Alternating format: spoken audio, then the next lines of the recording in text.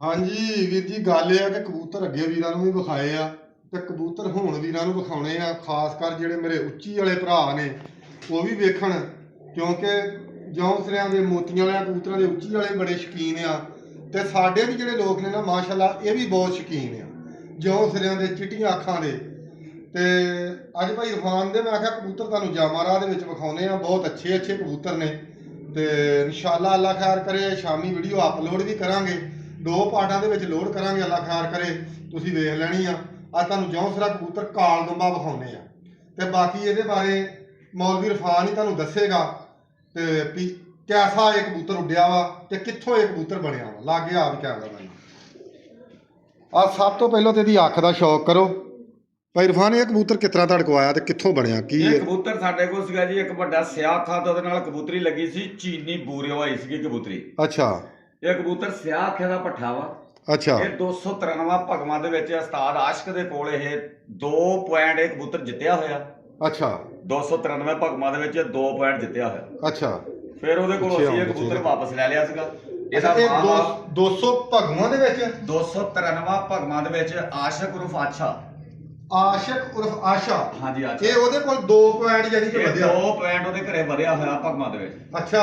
ਹਾਂਜੀ, ਇਹ ਉੱਥੋਂ ਫਿਰ ਮੁੜ ਕੇ ਵਾਪਸ ਲਿਆਂਦਾ ਸੀਗਾ। ਹਾਂ। ਇਹ ਮੀਆਂ ਖਾਲਦ ਇਹਦੇ ਘਰ ਦੇ ਬੱਚੇ ਆ, ਇਹਦੇ ਕੋਲ ਹੀ ਉਹ ਮੇਨ ਕਬੂਤਰ ਆ ਵੱਡੇ ਮੀਆਂ ਖਾਲਦ ਦੇ ਘਰ। ਬਾਕੀ ਇਨਸ਼ਾਅੱਲਾ ਤੁਹਾਨੂੰ ਕਿਸੇ ਦਿਨ ਮੀਆਂ ਖਾਲਦ ਦੇ ਵੀ ਕਬੂਤਰ ਵਿਖਾਵਾਂਗੇ, ਤੁਸੀਂ ਟੈਨਸ਼ਨ ਨਹੀਂ ਲੈਣੀ ਜਿੰਨੇ ਵੀ ਭਰਾ ਵੇਖਣ ਵਾਲੇ। ਅੱਛਾ।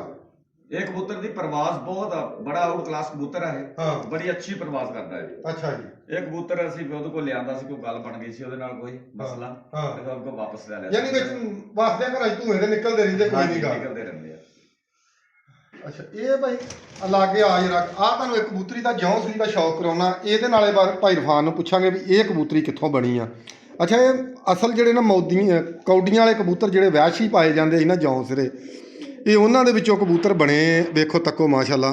ਇਰਫਾਨ ਭਾਈ, ਇਸ ਕਬੂਤਰੀ ਦੇ ਬਾਰੇ ਕੋਈ ਦੱਸੋ ਗੱਲ। ਇਹ ਕਬੂਤਰੀ ਮੀਆਂ ਖਾਲਦ ਕੋਲੋਂ ਆਈ ਹੈ ਜੀ। ਇਹਨਾਂ ਦੇ ਕੋਲ ਕਬੂਤਰ ਆ ਲਾਲਸਰਾ ਗਲਬਾ ਕਬੂਤਰ। ਲਾਲ ਸਿਰਾ। ਲਾਲਸਰਾ ਗਲਬਾ ਕਬੂਤਰ ਆ। ਹਾਂ। ਤੇ ਨਾਲ ਉਹਦੇ ਲੱਗੀ ਆ ਬੱਗੀ ਕਬੂਤਰੀ। ਲਾਲ ਸਿਰੇ ਨਾਲ ਲੱਗੀ ਆ ਬੱਗੀ ਕਬੂਤਰੀ ਆ। ਕਬੂਤਰੀ ਲੱਗੀ ਆ, ਸਿਆਹ ਅੱਖੇ ਦੀ ਪੱਠੀ ਆ। ਅੱਛਾ। ਇਹ ਉਹਨਾਂ ਦਾ ਬੱਚਾ ਵਾ। ਹਰ ਰੰਗ ਦਾ ਬੱਚਾ ਕੱਢਦੇ ਆ।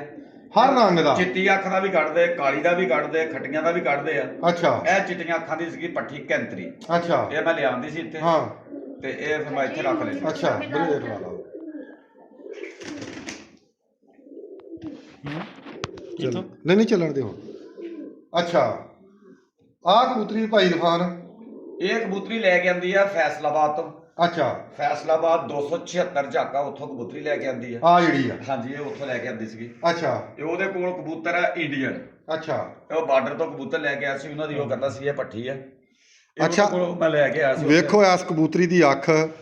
ਇਹ ਇੰਡੀਅਨ ਕਬੂਤਰਾਂ ਦੇ ਵਿੱਚੋਂ ਕਬੂਤਰੀ ਬਣੀ ਆ। ਬਾਰਡਰ ਤੋਂ ਆਈ ਸੀ ਇਹਦੀ। ਹਾਂ, ਬਾਰਡਰ ਤੋਂ ਇਹਦਾ ਮਾਂ ਪਿਓ ਆਇਆ ਸੀ। ਬਾਰਡਰ ਇਹਨਾਂ ਦਾ ਮਾਂ ਪਿਓ ਜੀ ਬਾਰਡਰ ਤੋਂ ਆਇਆ।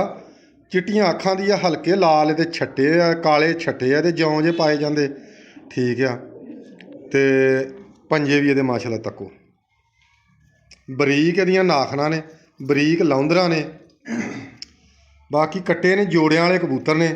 ਬਾਕੀ ਗੱਲਾਂ ਛੱਡੋ, ਤੁਸੀਂ ਦੁੰਬਾਂ ਦਾ ਸ਼ੌਕ ਕਰੋ। ਮਾਸ਼ਾਅੱਲਾ ਕਰੋ ਹਾਂ ਦੁੰਬ ਦਾ ਸ਼ੌਕ। ਠੀਕ ਆ।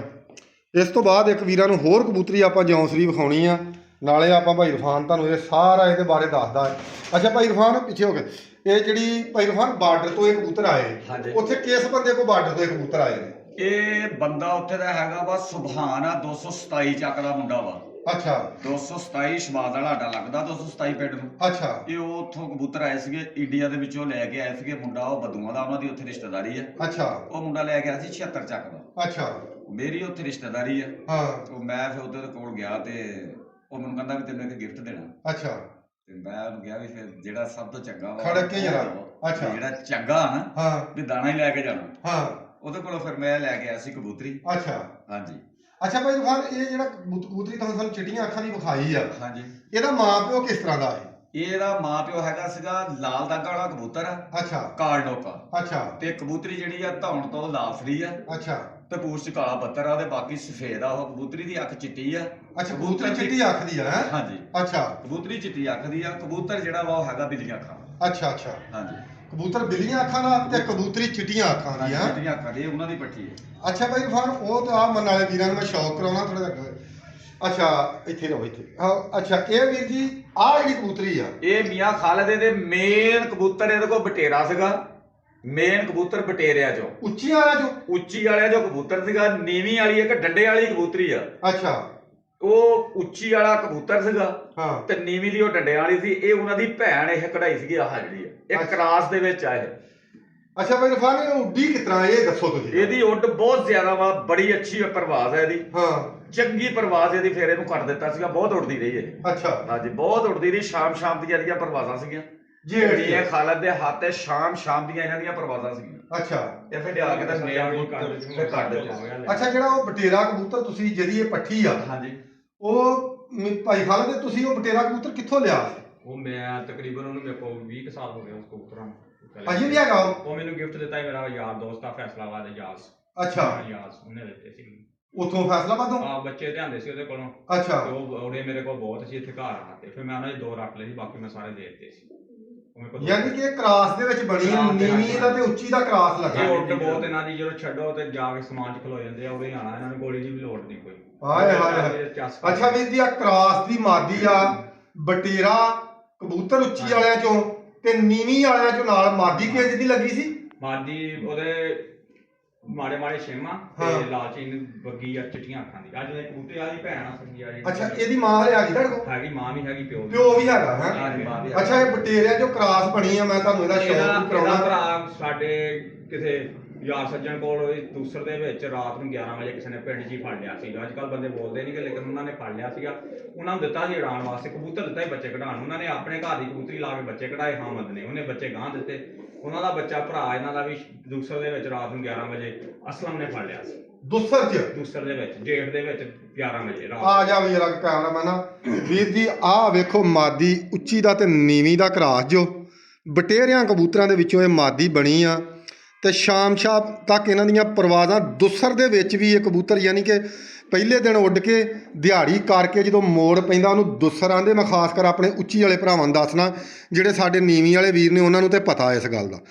ਦੁਸਰ ਦੇ ਵਿੱਚ ਵੀਰ ਜੀ ਇਹਦੀ ਭਰਾ ਇਹਦਾ ਸ਼ਾਮੀ ਮੋੜ ਦੇ ਵਿੱਚ ਰਾਤ ਕਰ ਗਿਆ 11 ਵਜੇ ਰਾਤ ਨੂੰ ਫੜ ਹੋ ਗਿਆ ਦੱਸਦੇ ਆ। ਇਹ ਮਾਸ਼ਾਅੱਲਾ ਜੀ ਕੁੰਦੇ ਦਾ ਵੀ ਸ਼ੌਕ ਕਰੋ। ਇਹ ਕਬੂਤਰ ਉੱਚੀ ਵਾਲੇ ਵੀ ਨਹੀਂ ਪਛਾਣ ਸਕਦੇ ਵੀ ਨੀਵੇਂ ਦੇ ਆ ਪੱਟੀ ਵਾਲੇ ਕਿੱਥੋਂ ਆ ਜੀ।